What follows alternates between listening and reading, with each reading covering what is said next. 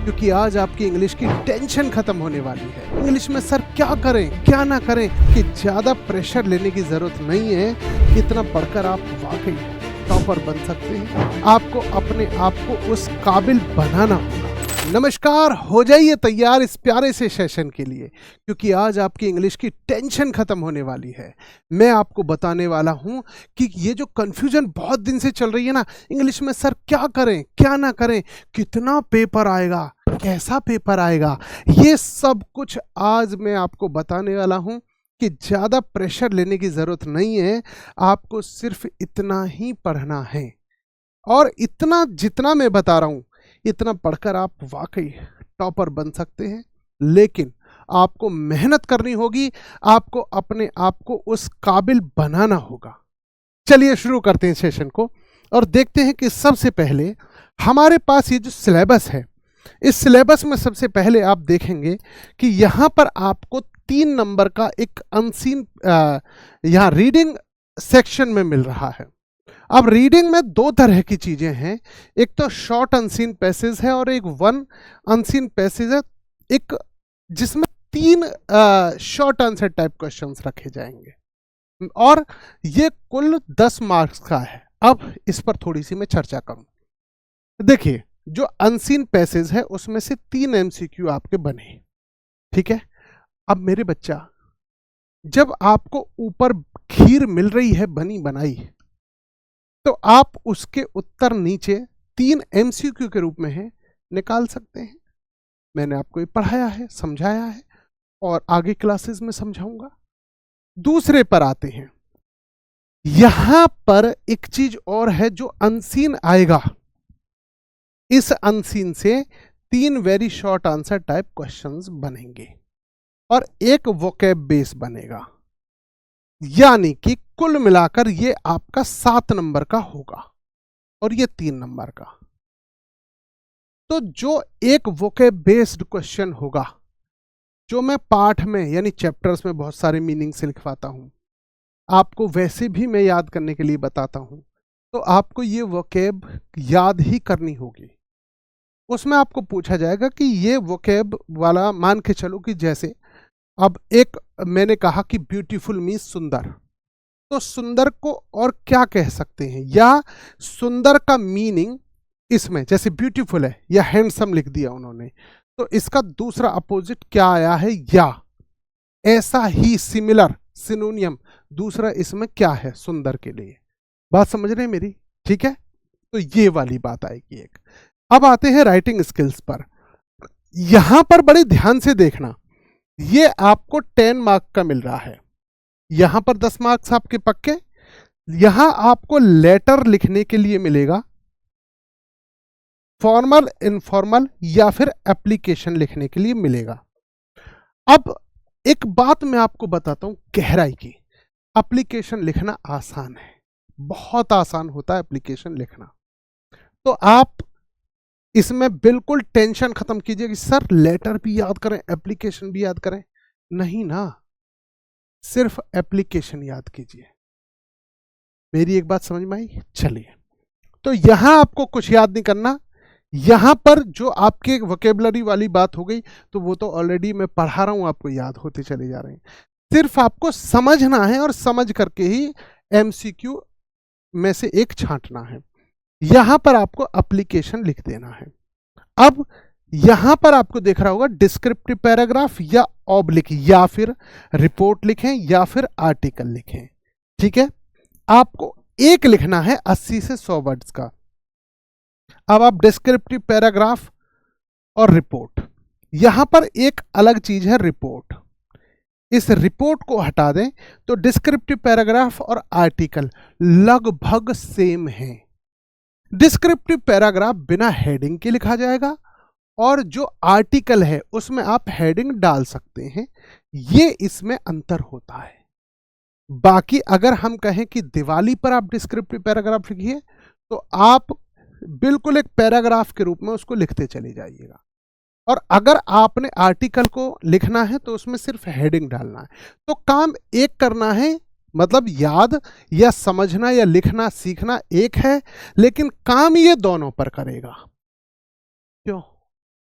Tension खत्म हुई ना ये भी। चलिए अब अगली टेंशन खत्म करते हैं।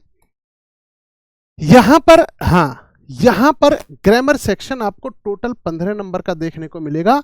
अब 15 नंबर को देखो किस तरह से डिवाइडेड किया गया है, देखेंगे। 5 एमसीक्यू आएंगे आपके, या तो पार्ट्स ऑफ स्पीच पर बेस्ड होंगे, और पार्ट्स ऑफ स्पीच कोई भी पूछा जाएगा तो कोशिश करी जाएगी कि जो आपको जितना पढ़ाया गया है उसी में से आएगा।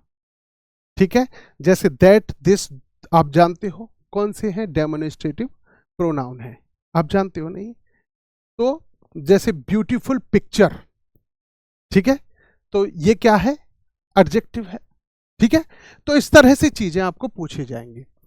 टेंस में से, टेंसेस में से आप सारे टेंसेस मैंने कराए हुए हैं, एक बार प्रैक्टिस करेंगे उनकी ढंग से, यहां दिमाग में आने चाहिए फॉर्मूलाज। अब हम आर्टिकल्स की बात कर लेते हैं और reordering sentences, reordering of sentences और स्पेलिंग्स की बात कर लेते हैं। तो ये आर्टिकल्स, रीऑर्डरिंग और स्पेलिंग्स, आई होप कि आपको इसमें कोई परेशानी नहीं होनी चाहिए। ये तो आप, अगर आपने टेंसेस कर लिए तो आपको रीऑर्डरिंग आ जाएंगे, क्योंकि सब्जेक्ट, हेल्पिंग वर्ब, वर्ब और ऑब्जेक्ट उसी फॉर्मूला के अनुसार जैसे हम सेंटेंस बनाते हैं, सेम रीऑर्डरिंग को भी वैसे ही हमें, मतलब इन्हें रीफ्रेम करना है आपको। ठीक है, और स्पेलिंग्स एरर आप आराम से समझ जाएंगे, क्योंकि स्पेलिंग्स की आप बार बार वकैब के रूप में प्रैक्टिस कर चुके हैं। ठीक है, टेंशन खत्म। अब आइए आगे, 5 नंबर यहां हो जाते हैं 3 very short answer type questions based on narration, narration, voice, punctuation. अब यहां पर एक क्वेश्चन जो होगा वो 2 नंबर का होगा, यानी 2 नंबर का एक क्वेश्चन होगा, नरेशन से हो सकता है, होगा ही मतलब, और वॉइस से होगा और पंक्चुएशन से होगा। तो यहां 6 नंबर आ जाएंगे आपके, केवल थोड़ी सी प्रैक्टिस में आसान ही पूछा जाएगा। अब लिटरेचर की हम बात करते हैं। इस सबसे पहले शॉर्ट पैसेज, जो कि आपको 4 सेंटेंसेस पूछे जाएंगे 4 नंबर के। सबसे ज्यादा नंबर लूटने का जो फॉर्मूला है वो यही है, पहले वाले और ये वाले, ये नंबर लूटने के फॉर्मूला है।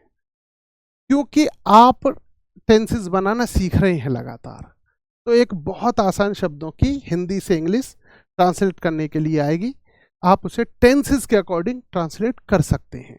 और मेरी क्लास से लगातार जुड़े रहिए, आपको बहुत प्रैक्टिस हो जाएगी, मैं भी प्रैक्टिस करा रहा हूं।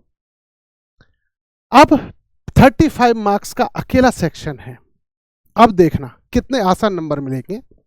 प्रोज में से आपको 15 मार्क्स यहां पर मिलेंगे, 2 एमसीक्यू होंगे जिसमें एक एक्सट्रैक्ट, एक पैसेज दिया होगा, लेंचो वाले में से आए या मंडेला वाले में से, किसी में से भी आए, उसमें से आपको हर एक की कहानी पता, कुछ भी पूछे आप उसके एमसीक्यू उसी में होंगे, उत्तर आप एमसीक्यू लगा दोगे तो 2 नंबर तो यहां पूरे हो गए आपके।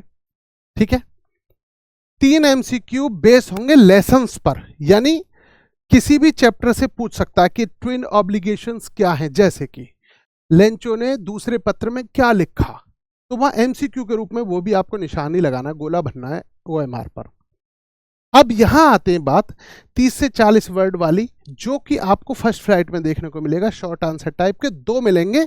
लेकिन लेकिन लेकिन लेकिन ये 30 से 40 जो वर्ड्स के हैं ना, ये 6 नंबर के होंगे और सबसे आसान होंगे ये, क्योंकि इनकी प्रैक्टिस आपको बार बार हो चुकी है ना, आसानी है। अब 60 to 80 वर्ड्स है, तो जहां आप एक सीधा गणित समझिए, 30 से 40 वर्ड्स जहां आप लिख रहे हैं वहां जस्ट गुणा 2 कर देंगे तो 30 दूनी 60 हो जाएगा और 40 दूनी 80 हो जाएगा। ठीक है, जस्ट डबल करने हैं। इसका फॉर्मूला भी क्लास में आपको सिखाया जा रहा है। ठीक है, ओके, तो आई होप कि अब आपके दिमाग से सारी चीजें खत्म हो रही होंगी धीरे धीरे। अब आ जाते हैं पोएट्री सेक्शन पर। अब यहां पर एक बहुत अच्छी बात मैं आपको बताने वाला हूं। यहां 2 एमसीक्यू आएंगे, फट से कर दोगे उनको, कोई दिक्कत नहीं है। ठीक है, लेकिन सबसे बड़ी बात यहां पर आती है, ये 13 नंबर क्वेश्चन एक शॉर्ट आंसर टाइप क्वेश्चन आएगा, जिसको 30 से 40 वर्ड में लिखना है। हम इसको नहीं करेंगे क्योंकि इसके 3 नंबर हैं, लेकिन यहां पर 4 लाइन दिखा रहा है वो पोएम की, हम इस वाले सेक्शन को करेंगे। और का मतलब होता है या, चाहे तो इसे करो तो भी 3 नंबर, चाहे इसे करो 3 नंबर। तो हम ये रिस्क, ग्रामर एरर का रिस्क क्यों लेंगे, नहीं लेंगे ना। हम सीधे 4 लाइन करेंगे पोएम की। तो 3 से 4 लाइन याद, 3 से 4 पोएम याद कर लीजिए, 4 लाइन लिखनी है, फट से 3 नंबर मिल जाएंगे, टाइम भी बचेगा, नंबर भी मिलेंगे। इसमें टाइम भी लगेगा और एरर हो गया तो नंबर भी कटेगा, तो हमें ऐसा रिस्क नहीं लेना। चलिए, सेंट्रल आइडिया ओके।